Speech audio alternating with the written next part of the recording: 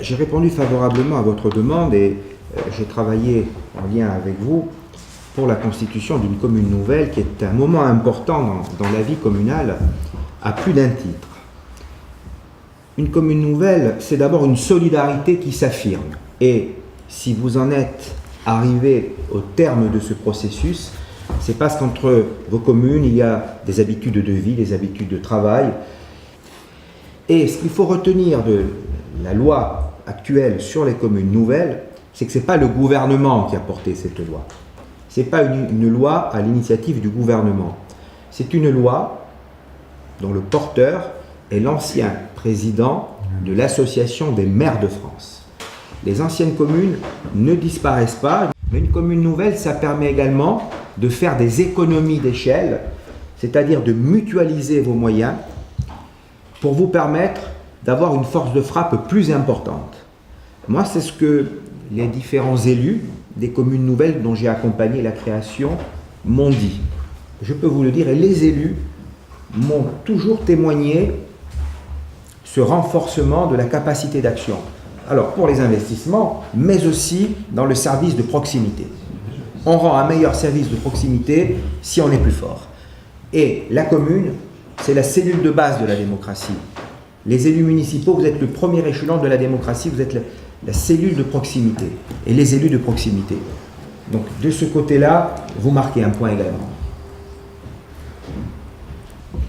Et vous allez avoir une force de frappe dans le cadre d'institutions qui ont tendance à grandir. Vous voyez, les régions grandissent, les intercommunalités grandissent. Mais vous savez, quand vous êtes une commune nouvelle, donc que vous avez une force de frappe plus importante, eh bien, parmi vos partenaires, et ça c'est une réalité, c'est pas une réalité juridique, c'est une réalité de la vie de tous les jours, vous êtes regardé avec un autre regard, parce que vous êtes une commune plus importante, vous avez réussi ce regroupement, c'est positif.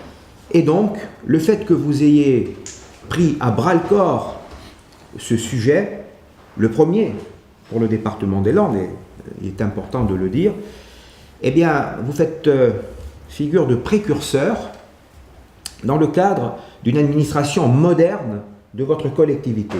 Cette administration moderne, c'est la mutualisation pour augmenter votre capacité d'action. Et comme je le disais, une commune nouvelle, ce n'est pas une fusion par absorption, c'est vraiment un mariage. Une charte, c'est un document de gouvernance, c'est un document que je qualifierais de politique. C'est là que vous allez prévoir votre vie commune, vous allez la formaliser. Pour moi, c'est le document le plus important.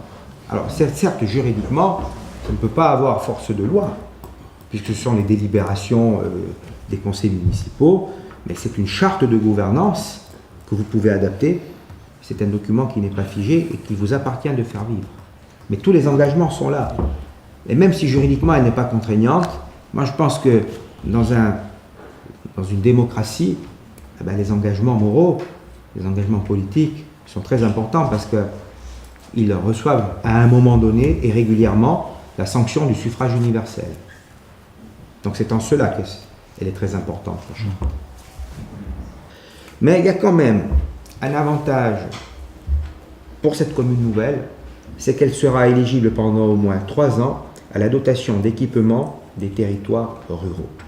C'est quand même un fonds qui est alloué par l'État d'environ 9 millions d'euros par an dans le département des Landes, ce qui n'est pas négligeable. Il va permettre d'accompagner les projets communaux. Et c'est un fonds qui n'est pas un fonds technocratique, je dirais. On a vraiment l'habitude d'instruire ces dossiers qui permettent de financer tout ce qui est bâtiment communal, école, crèche, etc. Tous les bâtiments communaux et les équipements communaux en général, comme la voirie. Et vous en étiez privé.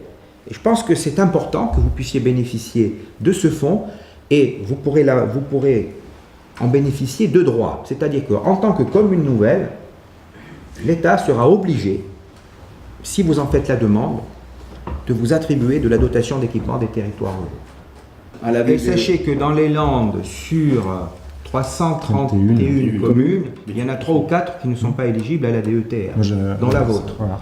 Donc, je pense qu'il y a cet aspect aussi qu'il faut prendre en compte. Oui, oui. Donc il peut y avoir de gros projets. Et donc les conseillers municipaux que nous sommes là peuvent maintenant demander des choses importantes à leur conseil municipal. Je suis toujours disponible.